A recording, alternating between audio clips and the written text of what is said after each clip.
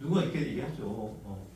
사람이 물리적 한계가 있는데 내가 비행기 타고 다닌다고 해도 그 사람들이 366일을 탈 수 없는 거 아니냐. 그렇잖아요. 근데 빌 게이츠는 정말 원시가 비행기 많이 타고 다니는데 뭐 365일 이상을 탈 수 없는 거죠. 물리적 한계가 있는 겁니다. 밥을 먹어도 뭐 하루에 4끼, 5끼, 6끼씩 못 먹으니까. 그런데 불구하고 이 사람들이 이 최고의 부위층들이 오십가스를 이런 삶에 서 엄청나게 많이 배출할 수 있는 거는 무슨 비밀이 있기 때문에 그런 거냐 얘기를 하는 거죠. 보시면 알겠지만 평균은 6.6톤인데 110톤 정도를 배출한다고 하면 근데 이거의 70%가 전 세계를 아무리 타고 다녀도 이걸 안 된다는 거죠.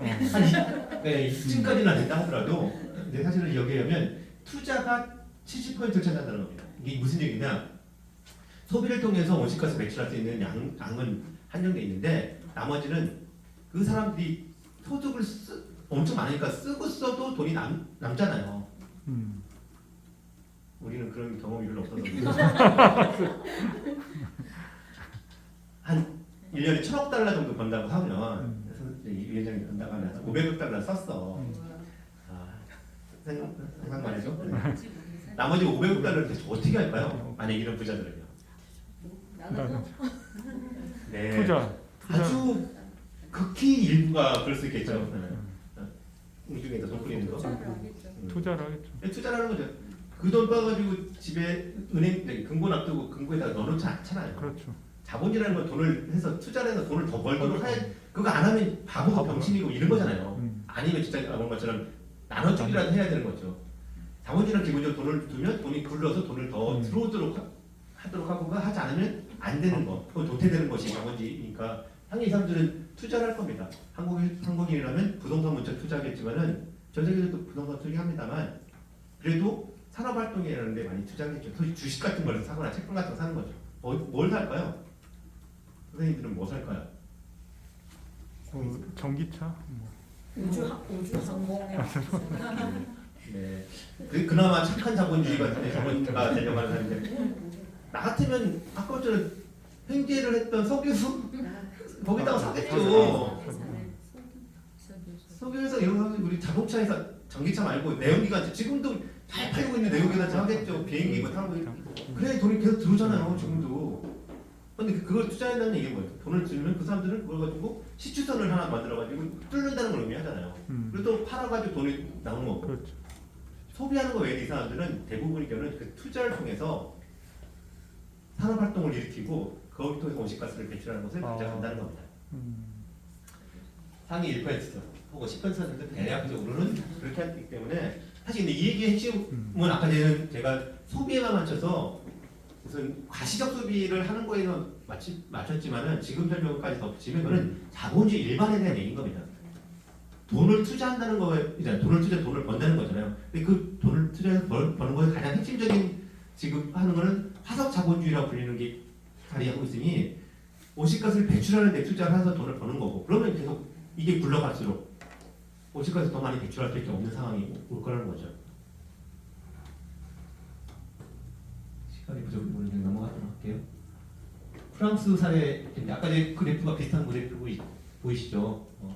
평균적으로 8.7톤을 프랑스인데 1인당 8.7톤을 배출하고 하위 50%는 5톤, 상위 10%는 25톤을 배출합니다. 5배 정도 배출하는 거죠. 요 새로운 게 요 빨간 그래프인데 이건 뭐냐면 프랑스가 1.5도를 지키기 위해서 나는 이만큼 2030년까지 줄일 거야라고 하는 것을 약속한 게 있죠. 우리나라도 약속했겠죠. 프랑스가 이게 적정한 약속인가는 둘째치고 약속한 것만 가지고 있습니다. 약속한 것을 그 당시에 1인당 배출량으로 환산한 겁니다. 그 목표를 달성하면 얼마나 이 사람들이 배출하게 될까라고 환산한 거죠. 비교했습니다. 8.7톤에서 5톤 정도로. 그러니까 프랑스 사람들이 1인당 3.7톤만 평균적으로 다 줄이면 프랑스는 자기 목표했던 것을 달성하는 겁니다. 네. 그런데 이거를 아까시고 다시 나눠봤더니 다른 그림이 보입니다. 하위 50%는 지금도 5톤 내에서 살고 있어요. 이 사람들이 뭐 줄이라고 할 수 없잖아요. 그렇죠. 누구한테 뭐 압도적으로 여기 있고 그 다음에 이렇게 되겠죠. 근데 이렇게 분해해서 보지 않으면, 즉 기후 정의라는 관점으로 이걸 분해해서 보지 않으면 그냥 다 같이 줄이자고 하면 이 사람들도 줄이고 여기 이만큼 줄이고 이 사람들은 이만큼 이렇게 줄이는 상황이 올지도 모르죠. 실제로 이 상황 자체가 프랑스에서 2018년에 있었던 노란조끼 운동에서 나타난 상황이기도 합니다. 노란조끼 운동이라는 것을 보셨죠. 프랑스 사람들이 다 노란조끼 입고 나서 거리에서 막 시위하고 불지르고 막 이렇게 거의 폭동 같잖아요. 일단 여기서 노란조끼, 왜 노란조끼일까요? 생명. 네. 뭐 의미 부여 막 하는데 사실 별 상관없고요. 잘 띄어서 눈에 띄어서. 우리 자동차 사고 나면 뭐 하라고 하는 게 있잖아요. 빨간 삼각 이렇게 앞뒤로 세우잖아요. 프랑스 사람들은 노란 조끼를 항상 비치하고 사고 나면 노란 조끼 입고 밖에 대기하라는 겁니다. 그러니까 모든 사람들이 노란 조끼가 다 있는 거예요. 시위할 때 노란 조끼 맞춰 입고 온 게 아니라 있으니까 하는 거다. 근데 공통점이 다 있고 내 생긴 거야 노란 조끼가. 그러니까 노란 조끼 운동이 된 거죠. 그거를 그냥 잠깐 에피소드고. 근데 그때 왜 노란 조끼 운동이 왜 벌어졌냐? 탄소세를 도입하겠다는 거였습니다. 온실가스 줄이려면 탄소세를 도입해서 기름값을 비싸게 하면서 사용을 줄이면 온실가스가 줄어들 거다라고 얘기를 하는 거죠. 뭐 그럴 수 있어요. 근데 문제는 이게 탄소세가 이 부가가치세처럼 소득 역진성이 있는 겁니다. 가난한 사람들은 엄청나게 부담이고 뭐 부자들이야 그 껌값이고. 근데 프랑스도 엄청나게 사회적 불평등이 심한 나라고 또 그러니까 이 교통과 관련해서 보면 파리 안에서 살 수 있는 사람들 집값이 비싸니까 못 사는 사람들은 다 바깥에 사는 거죠.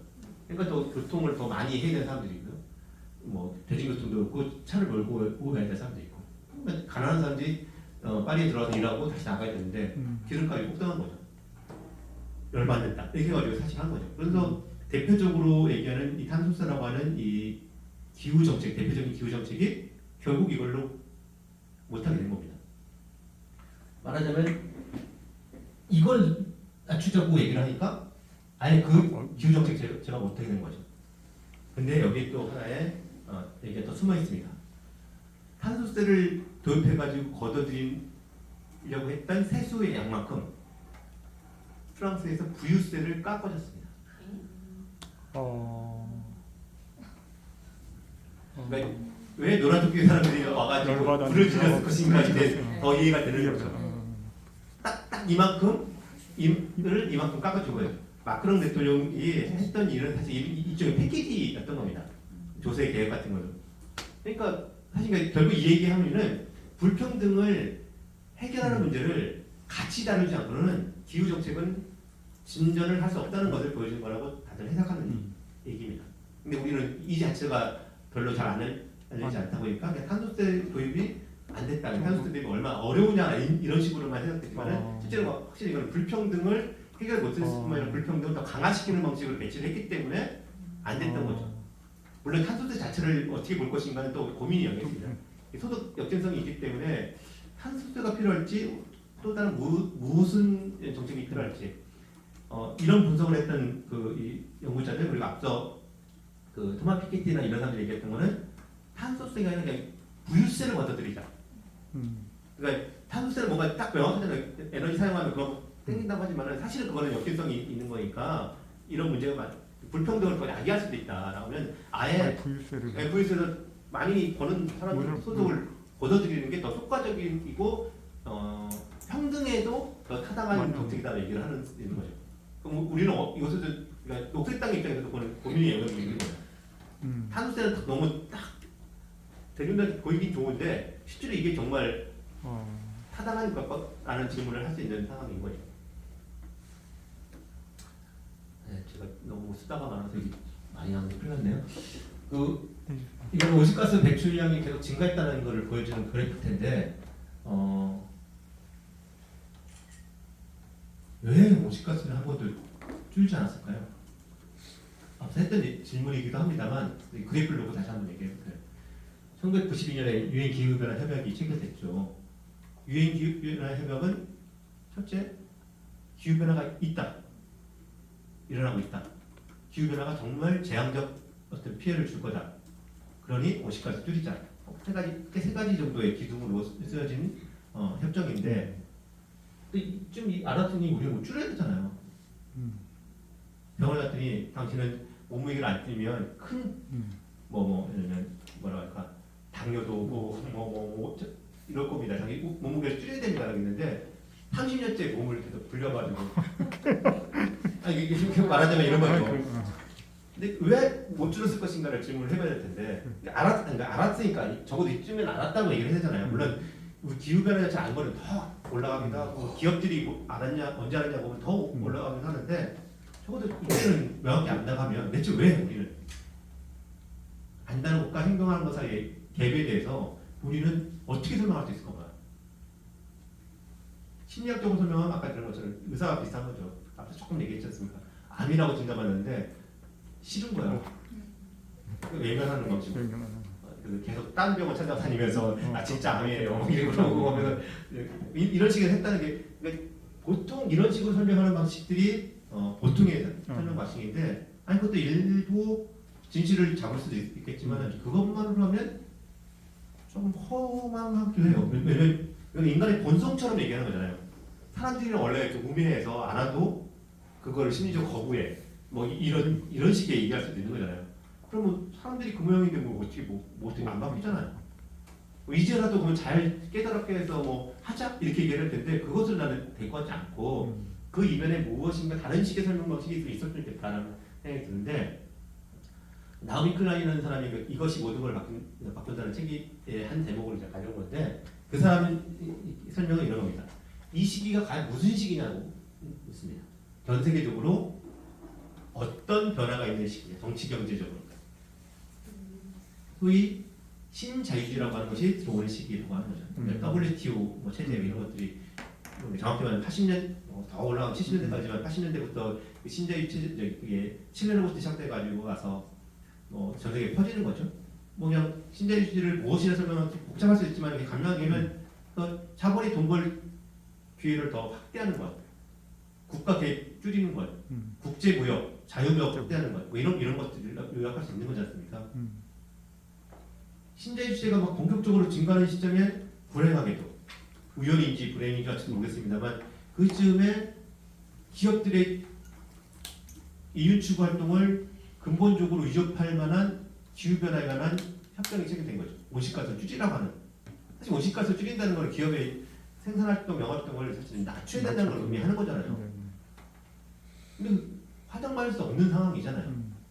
심지어 거기에 앞서 공동의 차별화된 책임이라고 하는 그 원칙이 들어있는 5개의 원칙을 제시하는데 그 원칙 중에 마지막 원칙으로 사실 읽어보면 좀 묘한 원칙이 하나 들어있습니다. 기후변화에 대처하기 위해서 취한 조치는 국제무역에 대한 자의적 또는 정당화할 수 없는 차별수단이나 위장된 제한수단이 되어서는 아니했다. 배교 언어를 이렇게 무슨 말인 것 같은 거죠? 뭐야? 요약하면 이거죠. 그 온실가스 규제 정책이 자유무역한테 위험이 되면 하지 마 라는 거죠. 자유무역 1등 그 다음 거. 그러면 온실가스 줄이려고 하는데 그 자유무역에 위배돼. 사실 자유무역이라는 건 기업의 영업활동을 장치고 니까 투덜거리면 다 자유무역 위배죠.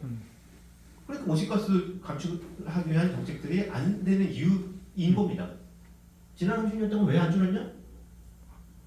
그런 강력한 신자유주의라고 하는 이 자본주의 자체도 그런 특성이지만 더 공격적으로 기업의 자유, 영업의 자유, 그리고 무역의 자유 같은 걸 밀어버렸던 그 시기에 겹치다 보니 줄어들 리가 없다는 식으로 분석을 하는 거죠.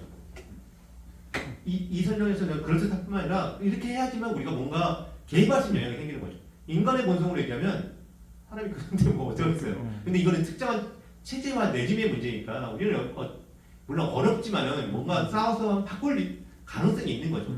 그것을 제거하고 나면 즉 우리가 지금까지는 그 집에다가 공동의 집에다 불을 지르는 사람들을 무방비하게 방치하고 심지어 그 사람들을 지원하고 하는 그런 체제가 있었던 건데 이제는 그 사람들을 끄집어내서 못하도록 할 수 있는 체제가 바뀐다면 우리는 더 효과적으로 빠르게 기후변화에 적어도 온실가스만 가지고 있는 온실가스 배출에 대한 것들을 줄일 수 있는 가능성이 열린다는 겁니다. 지금은 아무리 온실가스 배출을 줄여야 된다고 아무리 얘기해도 그런 것들을 허용시키고 있는데 예를 들면 당장 우리나라의 그 포스코가 석탄 발전소를 새로 지금 짓고 있는데 이 얘기가 어떤 분을 얘기했더라고요.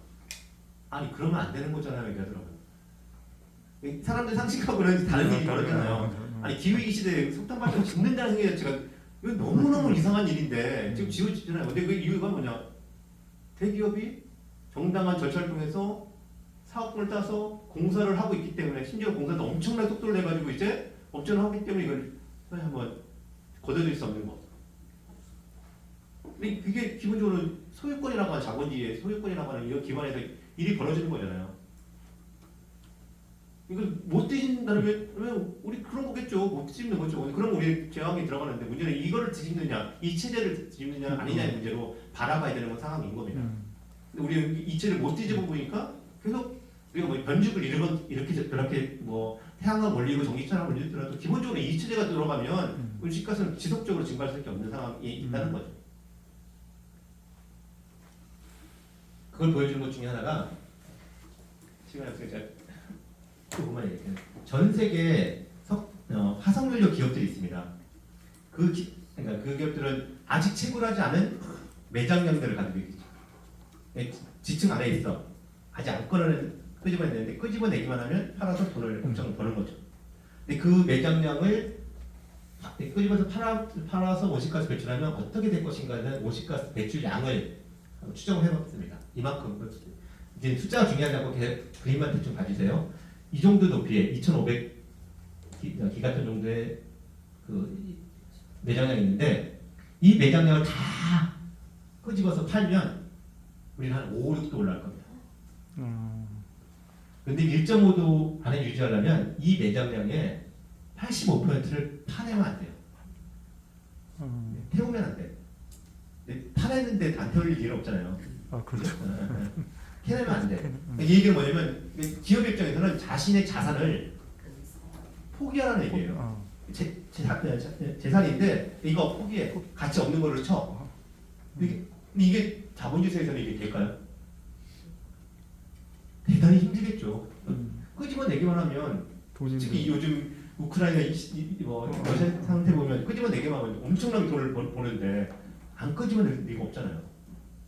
결국 그래서 나오미 클라인이라는 사람이 아까 그 책에 이것이 모든 걸 바뀐다는 거의 구제가 기후 대 자본주의예요.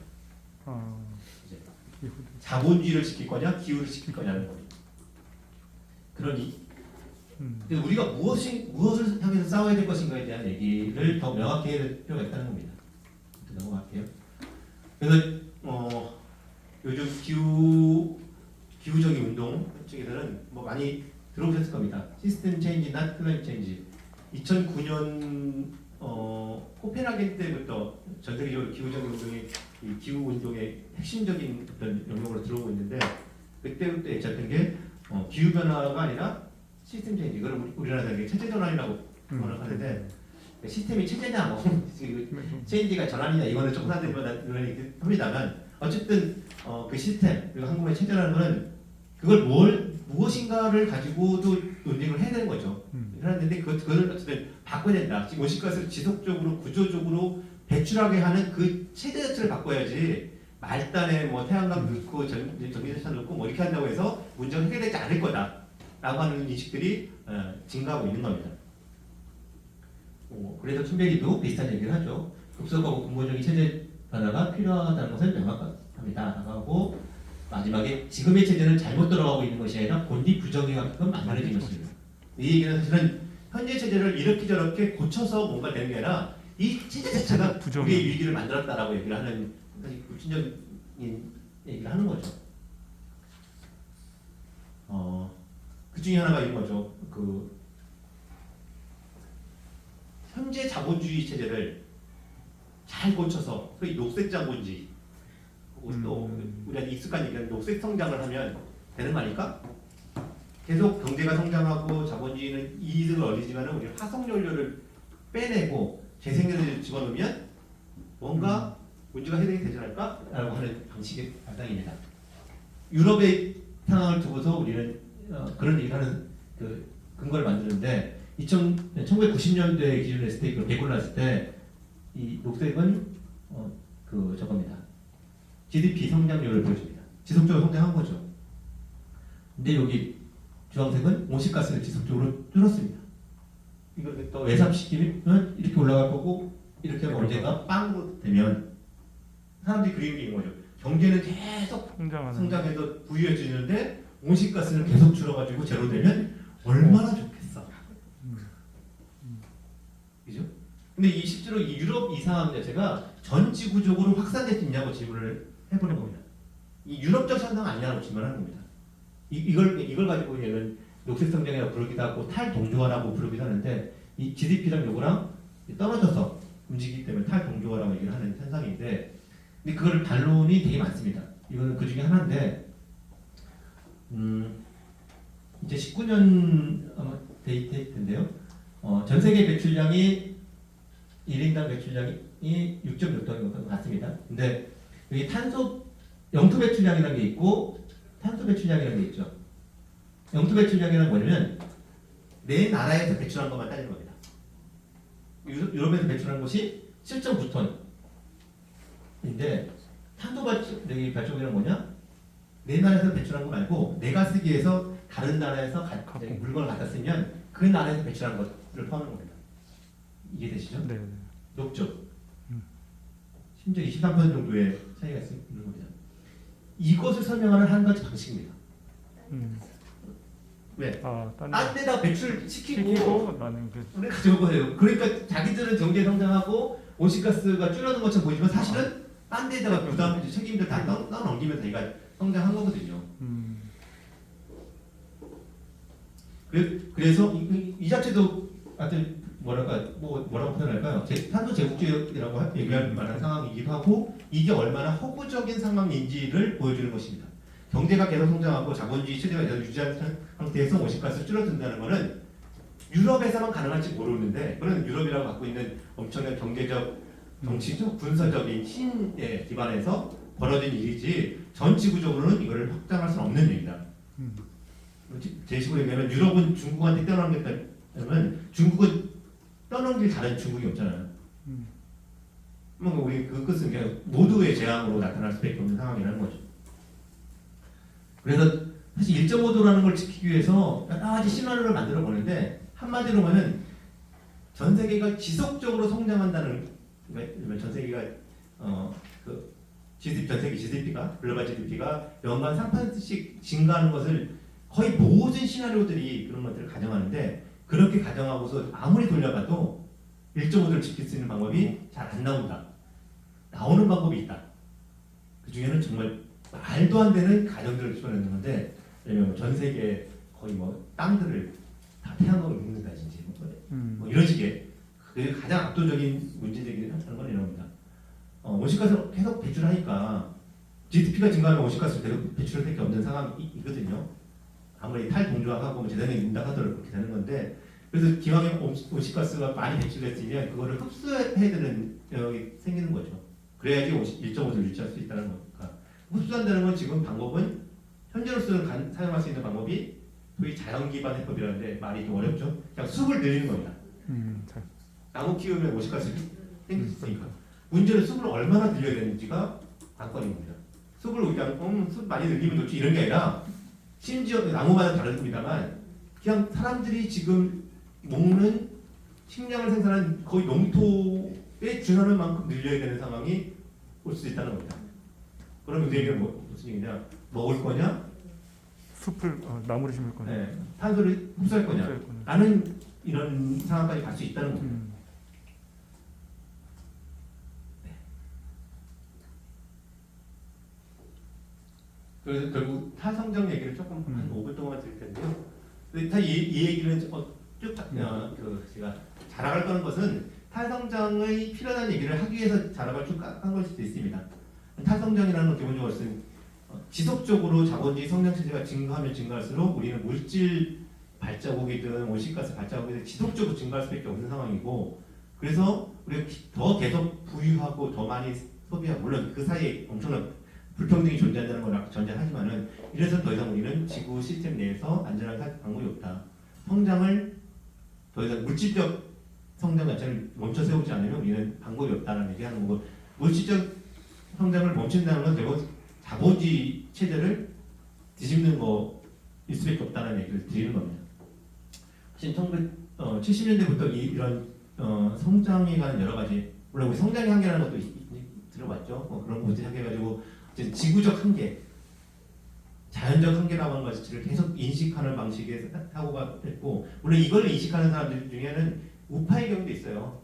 이제 메서스주의처럼 막 저렇게 자원을 한정됐는데 인구를 저렇게 들여가지고 야 인구 줄여, 누굴 줄일 거야 보면서 사실 저기 가난한 나라 사람들이 타격을 그 사람들 어떻게 하는 것이고, 인도적으로 사람들 죽는 거, 그러면 지금 아프리카 2,200만 명 기아 상태에 있는 거는 그 사람들 입장에서는 인도주의로 잠깐 눈 감으면 지구 전체가 좋아질 거야. 이런 발상으로 하겠죠. 사람들이 줄여들으니까 이런 식의 우파적인 경향으로 흘러갈 수도 있습니다. 근데 뭐 적어도 내가 알고 있는 녹색당 그리고 한국의 녹색당 그런 발상을 갈 수는 없는 거니까. 그래서 말하자면 좌파적 발상으로 이 탈성장을 생각해야 되고, 그건 아까 그런 것처럼 자본주의를 넘어서야 되는 이런 얘기들을 해야겠죠. 요즘 점점 이제 탈성장에 대한 논의가 주목받는 이유는 그러니까 기후위기나 생태위기가 너무 극도로 현실화되니까 더 이상 과거에 탈성장 같은 이유가 인기가 없던 것이 이제는 주목받을 수밖에 없는 상황이 오죠. 심지어는 막스주의자 내에서도 우리 막스주의를 알고 있는 이름이 있지 않습니까? 생산력주의로서의 막스주의 같은 게 있잖아요. 생산력 발전하면 그 힘으로 전 세계를 먹여 살리면서 우리 도와줄 거야 이런 식의 생각하는 막스주의의 한 경향이 있지 않습니까? 사실 지배적인 경향이기도 하죠. 그런 막스주의에서들도 그걸 비판하면서 탈성장 꼬민주의가 불릴 만한 얘기도 나오기 시작하고, 뭐 하여튼 논쟁적이고 막스주의 내에서 논쟁적입니다만 이런 책인데요. 한번 나중에 기회 되시면 한번 읽어보시는 것도 도움이 되실 겁니다. 그래서 탈성장이 뭐냐? 그러니까 결국 이러면 성장을 멈출 뿐만 아니라 사람들의 삶의 필요를 충족시키는 겁니다. 그러니까 성장을 멈춘다고 하는 얘기만 가지고 있으면 사실 그거는 상당히 우파적인 경향으로 흘러나가게 하는데, 필요를 충족시키기 위해서라도 혹은 필요를 충족시키는 것만으로 우리는 성장하지 않아도 살 수 있다는 얘기를 하고자 하는 겁니다. 그리고 당연히 그러려면 어떻게 불평등을 해결할 것인가 하는 얘기로 좀 가야 되는 거죠.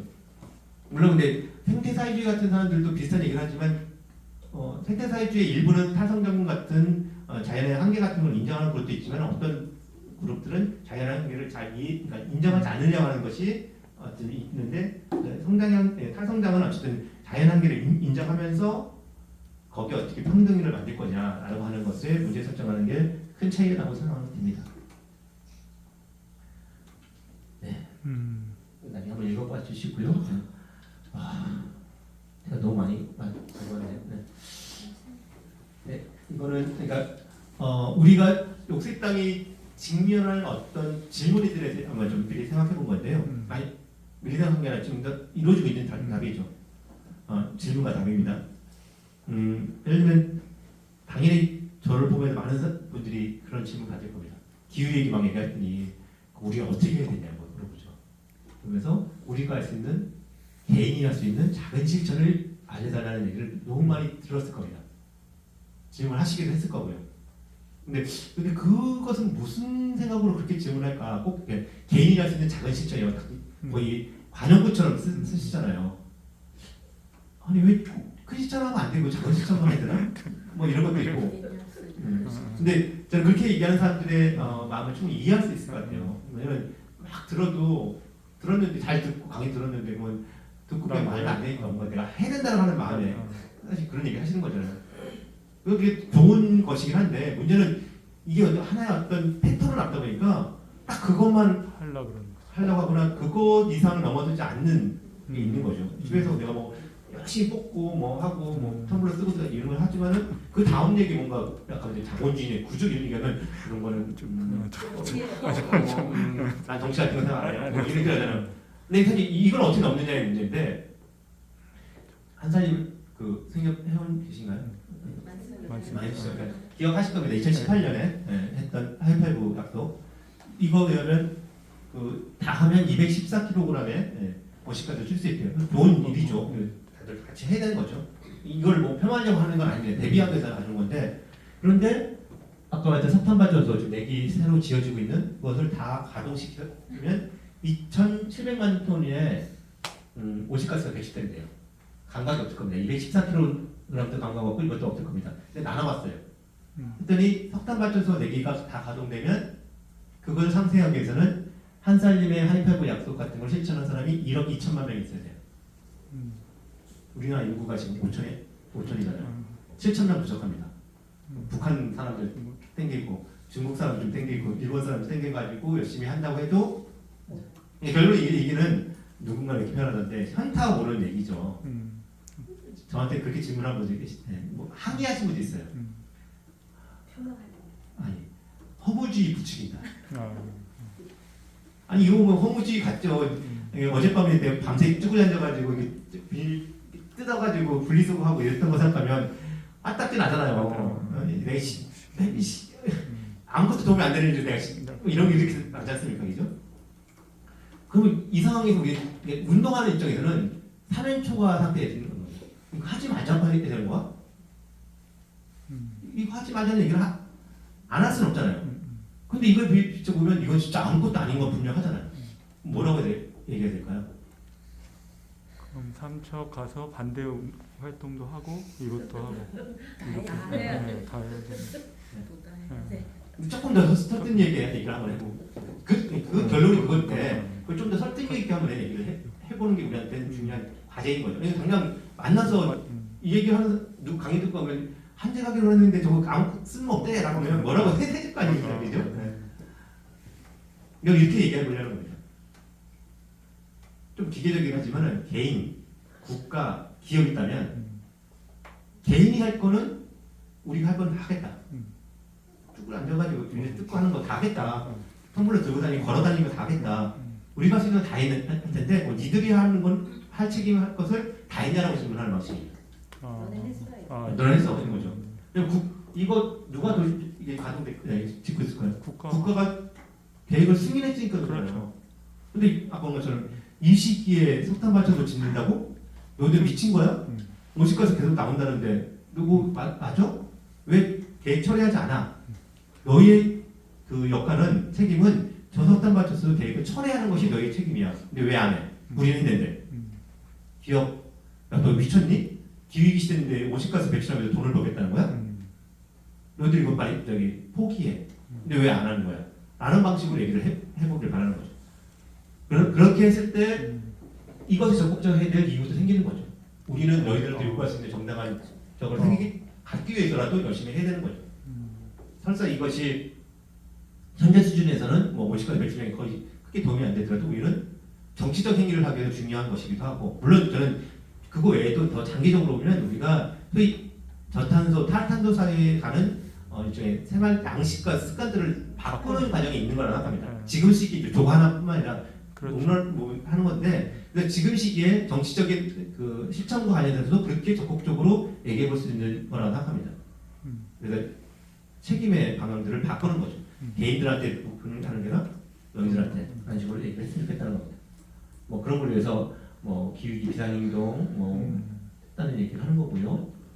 올해 기후정의 행진 좀 했었죠.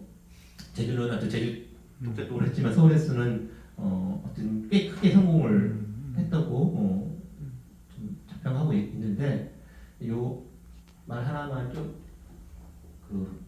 같이 보고 끝낼까 합니다. 이게 다 좀 잘려서 그런데 한 청소년 대학교 다니는 청소년들에서 활동하는 친구가 발언한 건데요. 어쨌든 결국은 앞에까지는 정말 기업이 움직여야 된다는 얘기를 하는 것을 얘기하는 거고 그 다음부터 오늘 거리로 학교라는 작은 공동체에서 수많은 사람이 나오기까지 한 사람의 희망이 먼저 동아리로 동아리가 먼저 9개의 대학교 연대로 그 연대가 먼저 학부모와 교사에까지 이어지는 것을 봤습니다. 네. 이런 희망의 연대는 작은 공동체뿐만 아니라 확산돼야 됩니다. 많은 사람들은 우리에게 대안을 놓고 요구만 늘어놓는다고 합니다만 지금 여기 함께하는 우리가 대안입니다. 모이고 뭉치고 하나의 권력에 대해서 세상을 바꾸게 될 힘을 만들어야 합니다. 라고 하고 잘린 것 중에 하나는 이겁니다. 오늘 밤이 다가기 전에 아래로부터 혁명을 시작합시다가 마지막 문장이었습니다. 네. 그런 마음으로 저도 마치겠습니다. 네. 감사합니다.